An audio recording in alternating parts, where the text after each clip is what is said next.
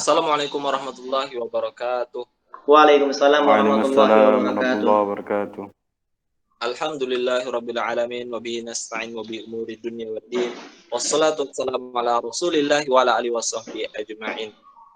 Alhamdulillahirabbil alamin. Kita diberikan kesempatan pada malam hari ini untuk berdiskusi.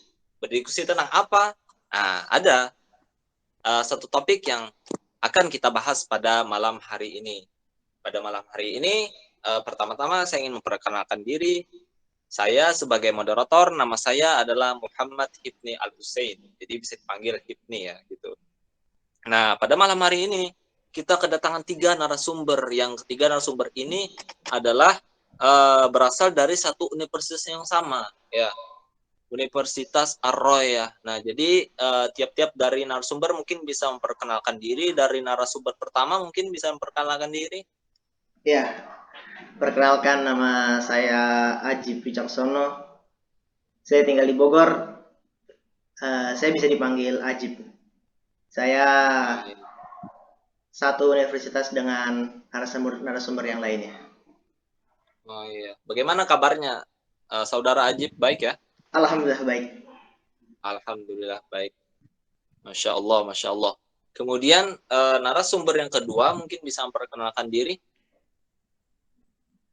Oh ya, perkenalkan nama saya Indarwin. Saya satu semester sama saudara-saudara yang lain dan juga satu perguruan. Oh, perguruan ya, Masya Allah. Bagaimana kabarnya Mas Indarwin? Ya, alhamdulillah, insya Allah baik-baik saja.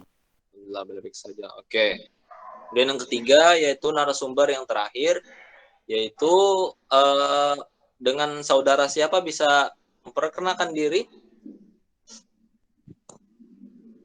Oke, baik, terima kasih. Nama saya Muhammad Nurhalek. Saya dari semester 7, seperti seperti narasumber yang lain. Saya satu angkatan juga dengan narasumber yang lain. Oh, jadi ceritanya ini satu universitas, satu angkatan, satu kelas ya, gitu ya? Ya, Oh, Satu jurusan gitu. yang sama juga. oh jurusan sama juga, Masya Allah, Masya Allah. Oke, kita sudah berkenalan dengan para narasumber kita nih. Baik, kita akan memulai diskusi kita. Jadi apa sih judul dari diskusi kita pada malam hari ini? Jadi pada malam hari ini kita akan membahas tentang standar pelaksanaan evaluasi kurikulum. Nah, jadi ada beberapa standar yang digunakan untuk mengevaluasi kurikulum. Ya, ada 4 standar. Yang pertama ada utility standards. Nah, seperti yang ya sudah kita ketahui ada 7 poin penting di sana. Kemudian yang kedua adalah feasibility standards. Ya, ada 3 poin penting di sana. Kemudian propriety standards, kemudian yang keempat akurasi standards. Akan tetapi pada malam hari ini kita tidak membahas 4 poin tersebut, akan tetapi cuman fokus kepada 1 poin, yaitu propriety standards. Nah, jadi inilah poin yang akan kita bahas dalam diskusi kita pada malam hari ini. Yang akan kita tanyakan, yang akan kita ketahui, akan kita pelajari ya secara mendalam apa itu propriety standards dari maklumat-maklumat yang akan disampaikan oleh para narasumber kita. Iya, jadi mungkin ya kita bertanya-tanya nih tentang propriety standards itu. Apa sih propriety standards itu? Mungkin dari narasumber kita, mungkin dari narasumber pertama bisa menjelaskan apa sih dari makna atau pengertian dari propriety standards dalam pengevaluasian kurikulum. Mungkin narasumber pertama bisa menjelaskan. Oke, terima kasih atas kesempatannya. Jadi, standar pelaksanaan evaluasi kurikulum, yaitu dalam bagian propriety standar, kita akan bahas terlebih dahulu dari segi bahasanya. Seperti yang kita tahu bersama, standar adalah merupakan prinsip yang disetujui bersama. Oke, kita berarti sampai situ.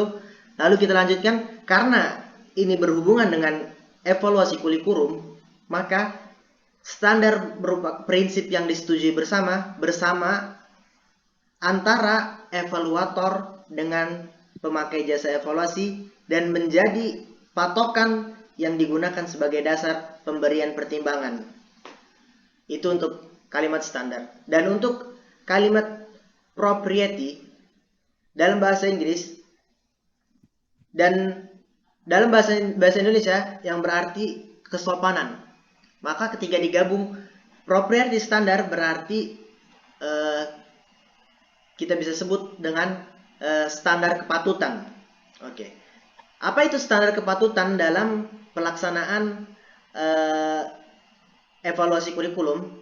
Yaitu standar ini memberikan keyakinan bahwa evaluasi yang dilakukan memperhatikan hukum, etika, kenyamanan dari orang yang terlibat dalam pelaksanaan evaluasi maupun orang yang terkena dampak dari proses evaluasi tersebut. Oke. Ya, baik seperti itu ya. Ya. Iya. Itu adalah penjelasan dari segi bahasa, kemudian juga dijabarkan dari segi istilah ya, seperti itu ya, tentang propriety standar. Jadi intinya adalah standar yang memberikan keyakinan bahwa evaluasi yang dilakukan memperhatikan hukum, etika, dan kenyamanan. Ya, seperti itu ya. Masya Allah. Nah, jadi kita sudah mengetahui nih, apa itu propriety standards secara umum. Nah, mungkin untuk lebih baiknya lagi, ya kita lebih sedikit masuk lebih mendalam gitu, mengetahui propriety standards ini. Mungkin satu soal yang bisa kita lontarkan adalah bagaimana sih propriety standards ini dalam proses pengevaluasian seperti itu. Mungkin salah satu dari narasumber kita bisa menjelaskan bagaimana sih propriety standard itu dalam proses pengevaluasian. Mungkin narasumber kedua, saudara kita Indarwin, bisa menjelaskan poin tersebut. Oh ya, Saudara Ifni. Seperti yang kita ketahui, bahwasanya properti standar dalam bahasa Indonesia berarti standar kepatutan. Dan kepatutan bisa juga kita sebut sebagai pantas atau tidak.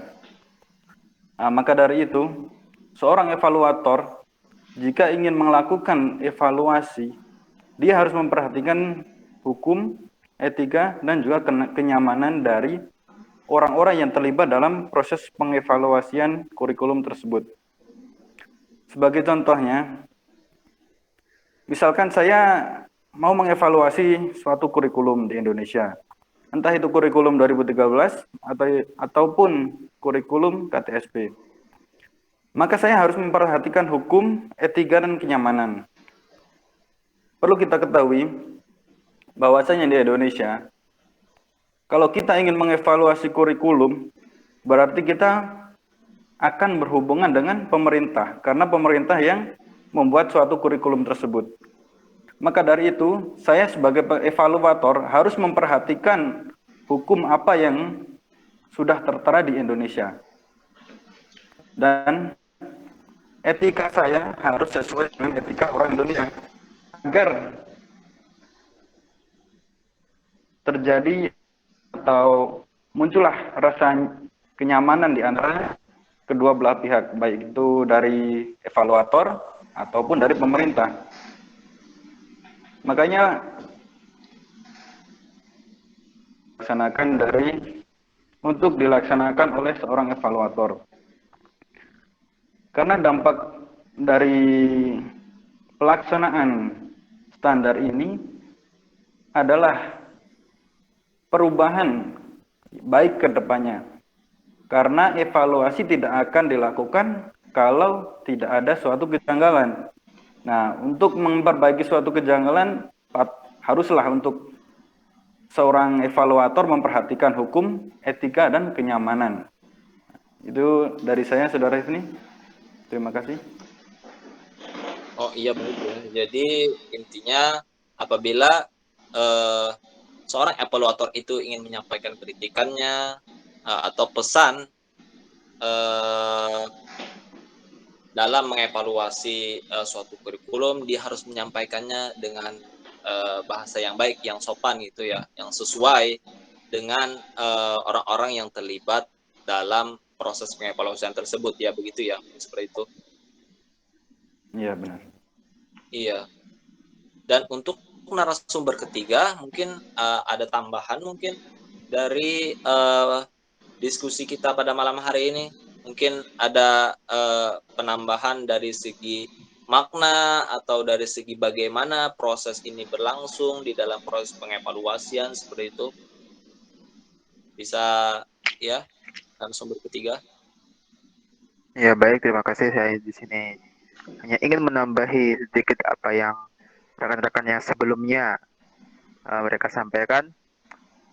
Mungkin evaluasi di sini atau uh, materi yang kita bahas dalam malam hari ini, mungkin di sini saya ingin menyampaikan seorang evaluator bisa menyampaikan kritiknya atau sarannya atau mungkin unek-uneknya kepada pihak kurikulum dengan sebuah etika atau hukum atau dengan cara yang lain itu maksudnya apa ya? Dia itu harus lebih tegas gitu sini. Kenapa? Karena di sini seorang evaluator dia harus memiliki sebuah peran untuk merubah. Untuk merubah apa? Untuk merubah sebuah kejanggalan yang ada di kurikulum misalkan gitu.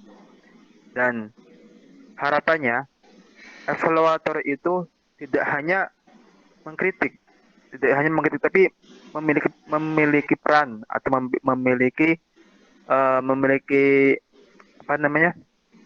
Memiliki pengaruh kepada kurikulum juga pihak maaf memiliki pengaruh terhadap kurikulum atau sebuah proses kurikulum tersebut yang memiliki kejanggalan gitu. Jadi intinya di sini agar semuanya itu uh, memiliki rasa puas, entah itu dari evaluator, entah itu dari pihak kurikulum, dan entah itu dari pihak yang terkait dengan kurikulum tersebut. Nah, mungkin itu saja yang bisa saya sampaikan. Oh iya, seperti itu ya. Jadi seorang evaluator itu mungkin tidak hanya menyampaikan kritikannya saja, akan tetapi sifat dari kritikan tersebut harus mengandung sisi positifnya begitu bagi para orang-orang yang terlibat dalam proses evaluasi tersebut. Jadi intinya dia bukan hanya mengkritik, akan tetapi juga membangun ya, agar membangun kurikulum agar kurikulum itu menjadi lebih baik dari sebelumnya ya, seperti itu ya. Ya, itu. Iya, seperti itu. Nah, jadi mungkin saya dapat mengambil kesimpulan bahwa apabila seorang evaluator itu ingin mengevaluasi suatu kurikulum, dia harus memperhatikan 4 standar. Nah, seperti 4 standar yang sudah kita sebutkan tadi. Salah satunya adalah propriety standard. Apa yang dimaksud dengan propriety standard di sini? Yaitu standar yang dipakai atau digunakan para evaluator dalam mengevaluasi kurikulum dengan memperhatikan hukum, etika, dan kenyamanan terhadap orang-orang yang terlibat dalam proses evaluasi tersebut. Contohnya, apabila evaluator ingin menyampaikan pendapatnya atau kritiknya, dia harus menyampaikannya dengan memperhatikan 3 poin tadi, hukum, etika, dan kenyamanan, dengan memperlembut bahasanya, kemudian menyesuaikan penyampaiannya tadi terhadap orang-orang di sekitarnya, orang-orang yang terlibat dalam proses pengevaluasian tersebut. Contohnya misalnya orang-orang yang terlibat dalam proses pengevaluasian tersebut orang-orang Indonesia, yang orang-orang Indonesia itu terkenal dengan sifat lembutnya, sopan santunnya. Tidak mungkin disampaikan kritikannya itu dengan cara yang keras, dengan nada yang tinggi, karena itu bisa menyebabkan apa yang akan disampaikan atau apa yang akan dikritik itu tidak akan diterima oleh para pendengar. Kenapa? Karena para pendengar merasa tidak nyaman dengan kritikan tersebut. Walaupun kritikan tersebut bersifat membangun, akan tetapi apabila disampaikan dengan cara yang tidak baik, maka sifat membangun itu tadi akan hilang dari kritikan tersebut. Ya, seperti itu ya. Mungkin ada tambahan dari para narasumber kita tentang kesimpulan dari diskusi kita pada malam hari ini. Ya, sedikit dari saya. Jadi, saat kita sebagai evaluator, kita tentu sudah membahas tentang hukum, etika, dan kenyamanan.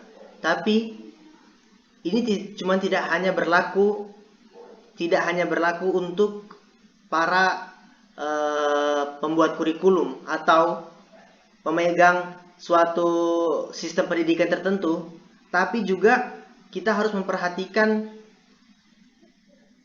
orang yang terkena dampak dari proses evaluasi tersebut, yaitu para peserta didik atau para murid-murid tersebut. Jadi kita tidak hanya memperhatikan dari pembuat kurikulum atau pemegang suatu sistem didik, tapi kita juga harus memperhatikan yaitu peserta didik tersebut juga.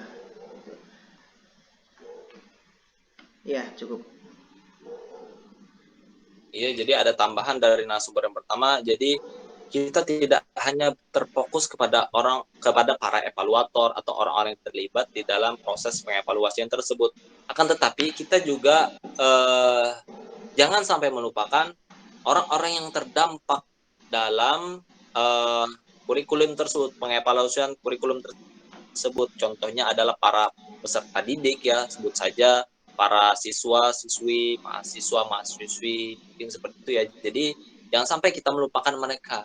Jadi intinya kurikulum tersebut bukan hanya membangun para guru gitu atau para pemerintah yang duduk di majelis pemerintah, tetapi kita berharap agar kurikulum tersebut memberikan dampak yang positif juga terhadap para siswa, siswi, mahasiswa-mahasiswi seperti itu ya mungkin. Iya, mungkin begitu hasil kesimpulan dari diskusi kita pada malam hari ini. Semoga apa yang kita diskusikan pada malam hari ini dapat kita ambil ya sisi positifnya dan juga faedah-faedahnya, agar apabila kita suatu saat menjadi evaluator, kita bisa menerapkan poin-poin tersebut, 4 poin tersebut dengan baik, khususnya pada poin propriety standar di sini. Baik, mungkin cukup ya tentang diskusi kita pada malam hari ini. Tidak ada lagi tambahan mungkin ya. Tidak, insya Allah tidak ada. Ya sudah. Mungkin bisa kita lanjutkan kalau ada tambahan di lain waktu. Nah, iya, bagus. Iya. Jadi kita cukupkan diskusi kita pada malam hari ini. Insya Allah kita akan bertemu pada kesempatan di lain hari, di lain kesempatan ya, seperti itu. Nah, jadi mungkin cukupkan diskusi pada malam hari ini dengan mengucapkan alhamdulillahirabbil alamin. Saya tutup diskusi kita pada malam hari ini dengan mengucapkan salam. Assalamualaikum warahmatullahi wabarakatuh. Waalaikumsalam Waalaikumsalam warahmatullahi wabarakatuh. wabarakatuh.